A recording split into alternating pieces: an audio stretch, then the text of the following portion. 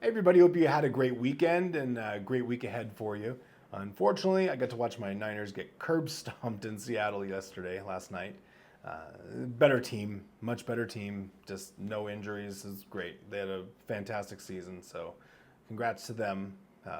Much better defense. Wow, incredible defense. Legion of Boom status. So congrats, you guys played a great game. Hard to say, but congrats to the Seattle fans. Uh, Maybe that's why I woke up in a want to watch the world burn mood.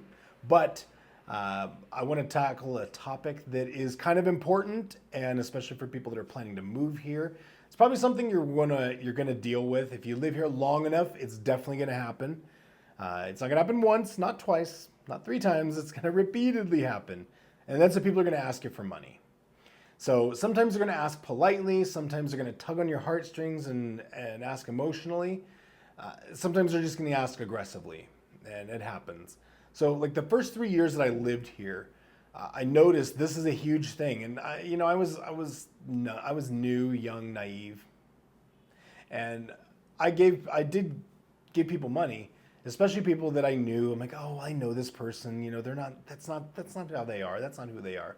But they would constantly ask for money, and the things that they would say was kind of led me to what I did. And so in 2020, about July, yeah, the beginning of July 2020 to July of 2024, I tracked every single time that somebody asked me for money. So I kept it on a large spreadsheet. And on this, the data points that I collected were name, the date that they asked for money, the amount that they asked for, and I got the amount both in Colombian pesos and adjusted for US dollars. So I used the exchange rate at the time. And I used the exchange rate from one of the exchange houses. So it's not like the mean exchange, the exchange rate that you see on the internet, which is absolutely bogus. You're never gonna ever get that, so keep that in mind. So I would go with the exchange rate of one of the local exchange houses in town. It was across the street from where I live, so it was easy to get that data. I also tracked the excuses or the reason that they asked for money. And the other thing that I would always get is the estrato that they live from, which an estrato, if you don't know, it's like the socioeconomic rating of a neighborhood they're from. So it kind of gives you an idea as to, they use it here to adjust electric bills and bills in general. So it's just something that they do to kind of help out where people in more poor neighborhoods pay less for services than everybody else. Um, so I'm gonna tell you about the pattern that I found with it.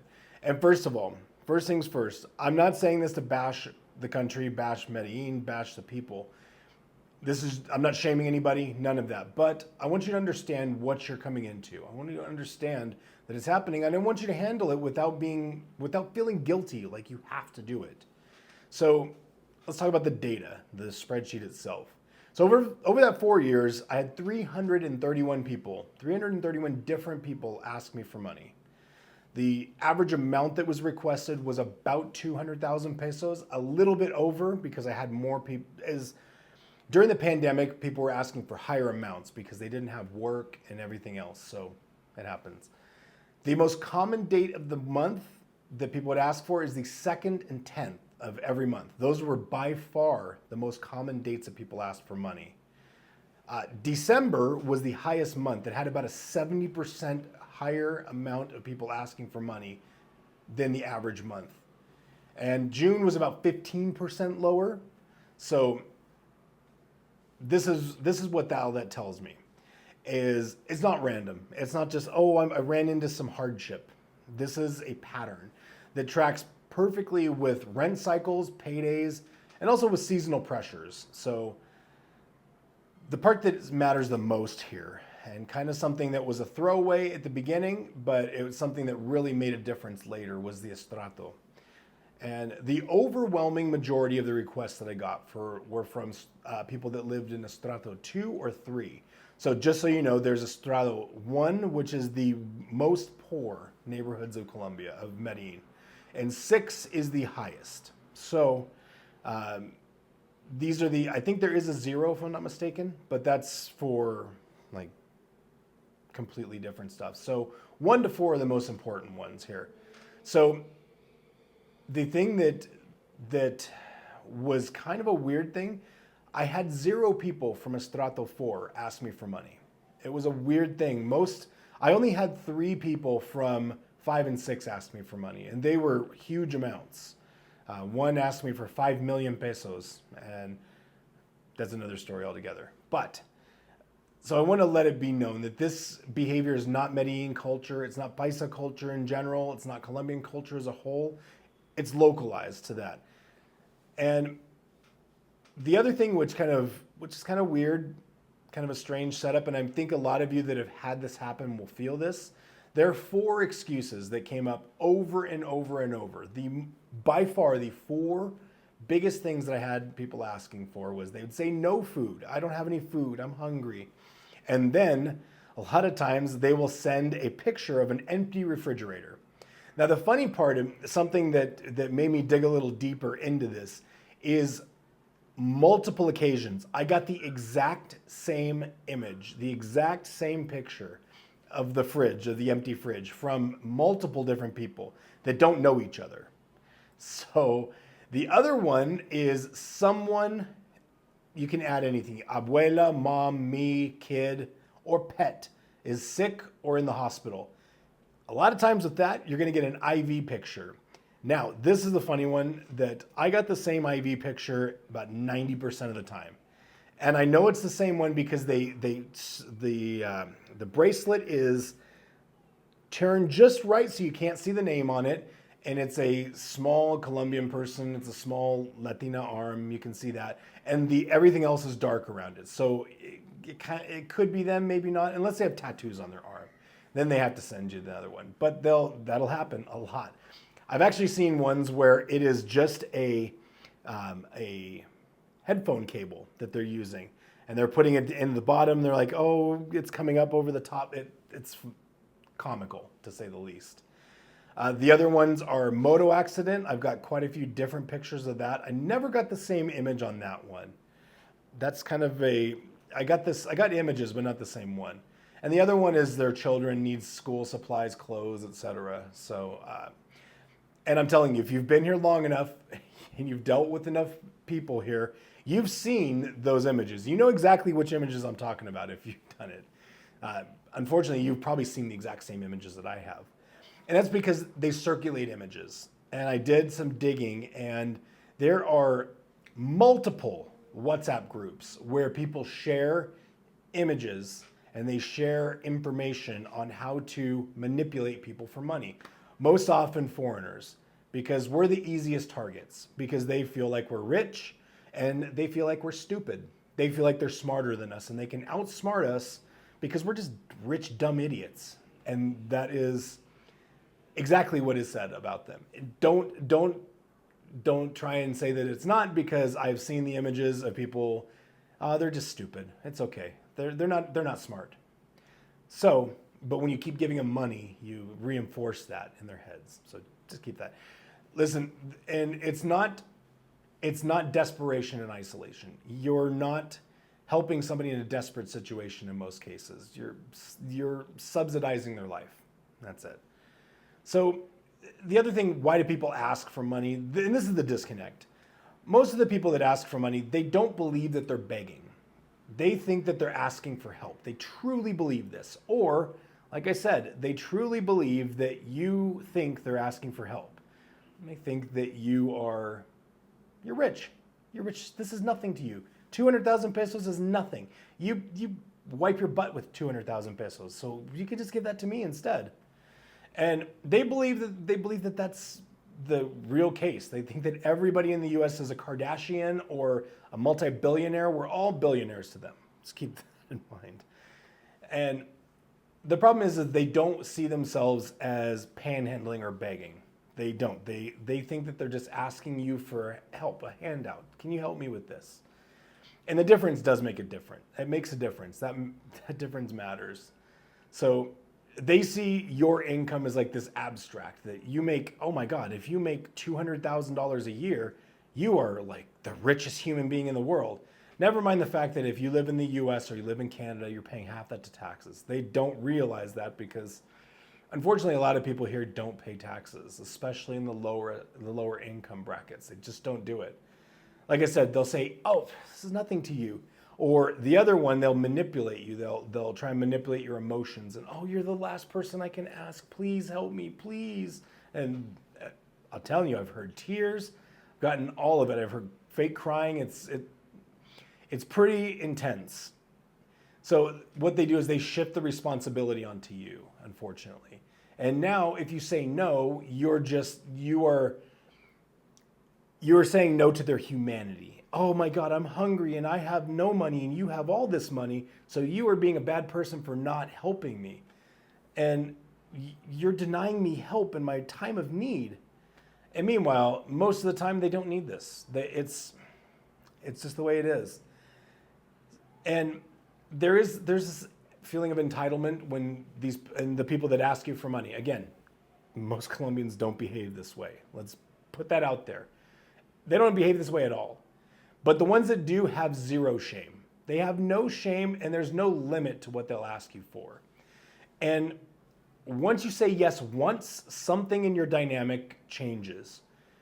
Now you're not a person anymore. You're an ATM. You're a solution. You're a resource. And the asking doesn't stop. It never will stop. There's no finish line with that. Another big thing, and this is something that I have had to learn the hard way, is loans are not loans here. They'll say, "Préstame eso. Préstame 200,000, 200,000. Loan me 200,000 pesos." And this is where things go wrong really fast because in the US, my best friend here, D, he sometimes asks me to borrow money between paychecks sometimes. It happens. But I know that he's going to pay me back because this is part of our culture. It's just that you borrowed money from me. Okay, here, let me hold a couple bucks till this. Okay, no problem, got you. Because I know he's gonna pay back. But here, loans aren't loans. It's just another way to ask for money without calling it a gift. There's zero intention of paying you back. Zero. And this is the problem. You'll clearly see this when you ask them to pay you back. There's always a delay, there's always a dodge, they'll invent emergencies, and then they'll just block you if you go too far. And the tone shifts. You are now the bad guy for asking. They look at you bad. They look at you like, "Why are you asking me for money? You know I'm poor. You're not." It comes back to that. It's the entitlement portion of it. So in their mind, they feel like you can do it, and you asking is now they kind of feel like they'll call you broke. They'll use all kinds of shaming language, and it's bad news. I'm trying to think of the nice way to say it without sounding like I'm accusing everybody of it. These are just the people that are asking. They'll say, "Well, I thought you were rich. I thought you had money." And it's like, no, I'm not. None of us are rich. The average American is struggling paycheck to paycheck, but they don't see this. And I'll tell you what, they don't see it because when people come here, you're flashing your jewelry, you're flashing your this, you're throwing 2,000 pesos around like it's nothing. You're not, but people are doing that. So the image of Americans is that we're rich and stupid, unfortunately. The other part of it is if you ask them, they're going to punish you socially. And they're going to make it uncomfortable once you ask. They're going to ghost you. And then they're going to talk about you behind your back. They're going to say you're poor, you're stingy, and they'll use shaming language to your face, but they'll use it behind your back more. They'll say, "Chichipato, you're tacaño," or they'll rub or tap their elbow. That means that you're stingy, and you could be giving them money, but you're not. And why? Why? The problem is you just violated the script. You didn't play along with it. It's kind of a game. Another thing, I have talked to other expat females, expat women who come here, and there's some differences, but sadly not that many. I think I can only speak from my side. I don't know what their exact experience is with it, but what I'm picking up from them is that the men that ask for money ask for it out of ignorance arrogance and laziness. But the women here, they'll use traditional gender roles and the expectation that men are providers. So they're going to sell you an image that they're in love with you. And, oh, I need you to be a provider for me right now. The problem is they're not adhering to their traditional gender roles. And again, if you say no, chichipato. And they may even say it in English. I've heard people say you're stingy, you're greedy, and it happens. It does happen. Again, not everybody, but it's common enough that you will recognize it. So again, like I said, there are the WhatsApp groups where people are sharing strategies, they share tactics, pictures, phrases that work. That's why these girls that don't speak English, they'll say money, money, money, I need money, because they've practiced it with their group. That's why the patterns repeat, and that's why this is the way that it is, because these girls are following a script. And they're asking on specific dates because I think they use Google Calendar or something similar, and they say, ask this person this day, this person this day, this person this day, this person this day. Or it's based on their need. I need to pay rent. I need to pay my electric bill, whatever. It does happen.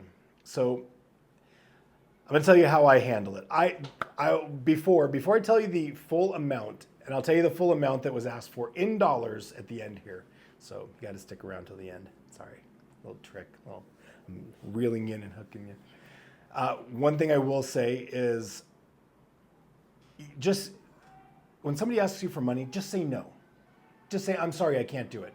Or, I'm sorry, I'm uncomfortable sharing money in our current relationship. If we have a real relationship, then I will help you. If you don't want to do it, don't do it. Okay, if it makes you feel uncomfortable, don't do it. Because again, it's not going to stop. There is no finish line to this. The people that ask you for money have no shame, and they're going to keep asking you for money and asking and asking and asking and asking. And then what's going to happen too is they're going to introduce you to people that also are going to ask you for money. This has happened to me in that time frame, yes. But one thing I will say is everybody, the whole entirety of that spreadsheet, I gave nobody no money, none, zero. But they kept asking, and they would not stop. It was always the same time. They'd come around asking for money, and I'd always say, no, sorry, I don't have it. I don't have it to help you. I can't help you, sorry. And a lot of them would get the hint eventually. So I didn't have like 300 people asking me constantly, but they would fall off and new people would come in. It's just the way it goes. And it could be people you just met yesterday.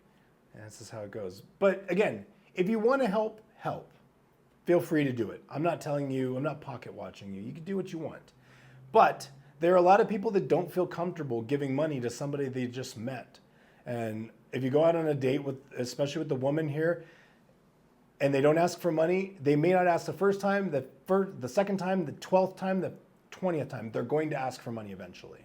That's just the way it is. Because unfortunately, to people that are going to ask, you are not a person. You're not a human being. You're a walking ATM. You're a rich, stupid gringo that has more money than you know what to do with. Sorry to be the one to put that in your face, but that's what is said about us in these groups. So again, and also don't use like, oh, I don't have it right now. You got to be direct and simple with it. I can't help financially. I'm sorry. I don't lend money out to people, to friends, and I'm not able to do that. Don't give stories. Don't justify it. Don't negotiate with them. Don't say, oh, I can help you with $50,000 this month. Don't do that, because again, the more that you give, the more they want, unfortunately. And like I said, okay, this video isn't about hating on Colombia. It's not about hating on the culture. Most of the people, the overwhelming majority of people that I've met living here have been kind, genuine, generous, honest people. There are some people that I met in other cities and here in Medellin that they will give you the shirt off your back. And when I had trouble, when I was sick, there were people that went out of their way to help me out. I mean, it's not the norm, but the people that do ask for you, They're tending to be the people that you're going to meet on Tinder. They're the girls that you're going to meet at the clubs. These are girls that they go and they do these things. And again, speaking of girls, because I don't date guys, so I don't know what the guys are like. And if you have the same experience, if you have the opposite experience but the same, tell us down in the comments. I want to hear from ladies that have had a similar experience with this. So again, it's a tough thing. It's a tough thing to talk about because I think people that have been here for a while, they just get used to it. And it's like, there's another one asking for money. And I got to that point. That's why I kept a spreadsheet. I'm also a fucking nerd. So I'm going to do that. It's just going to happen. But again, I don't want to bash the country. I don't want to bash the people. But I want people to understand that this is not, you're not crazy. You're not going through this alone. Everybody goes through it. And again, you can be respectful, but be firm about what you're saying. So just say no if you don't want to do it. If you want to do it, great. And if you want to say, if you're going to say in the comments, oh, well, you're just cheap, you're just poor, you're just broke. I'm not pocket watching you for giving your money to somebody that thinks you're an ATM, somebody that doesn't give a shit about you. So don't do the same to anybody else that doesn't want to give money to people. And again, don't feel obligated to give anybody anything because you're not. It would be the same as if they came to the US and we started asking them for money, or we started asking them for cocaine because they're from Colombia. It's kind of a disrespectful thing to do. And you saying no to it is going to be your portion of helping. That's the way that you can help stop this from happening. So I want to hear everybody in the comments on this one. I know this is a tough one to talk about. I know this is not going to be the most popular thing in the world to hear. And I know I'm going to piss off Colombians with this one. But again, if you beg people for money, then you have to look in the mirror. But if you don't minimize the experience because you don't know what it's like. But again, a lot of Colombians do know what it's like because they're not only asking us for money. They do ask other Colombians that they think have money. So keep this in mind. Oh, and I did say I would tell you the total amount. Over a 4-year span, people asked from me, they asked for $237,411 US dollars and 63 cents, whatever. That is a outstanding amount. Now here's the thing. I did not dodge these people. I didn't go out looking for people. And I did work in the webcam industry, so that is something to factor into there. But webcam models were less than 20% of the people that actually asked me for money. So I'm sure that the ancillary people around it didn't, kind of the people that I was around didn't help, but it wasn't actually directly webcam models themselves asking me for money too often. The ultimate webcam model that asked me for money was the one that I ended up marrying, but that's a different story altogether. And yes, that was a mistake. So if you have questions, if you have comments, you have anything, I want to hear them down in the comments section here. Like, share, subscribe, all the normal YouTuber nonsense. And till next time, if you want to hear me talk about something specifically, you want to hear my take on something, I can't imagine, but if you want to know something in particular, put it down in the comments. I want to talk about what you guys want me to talk about. So I am a man of the people. Until next time, thank you so much for watching. I love all of you. I'm so thankful I'm over 1,500 subscribers. I never in a million years would have thought I would get there. So thank you guys all, and I look forward to talking to you next time. Ciao.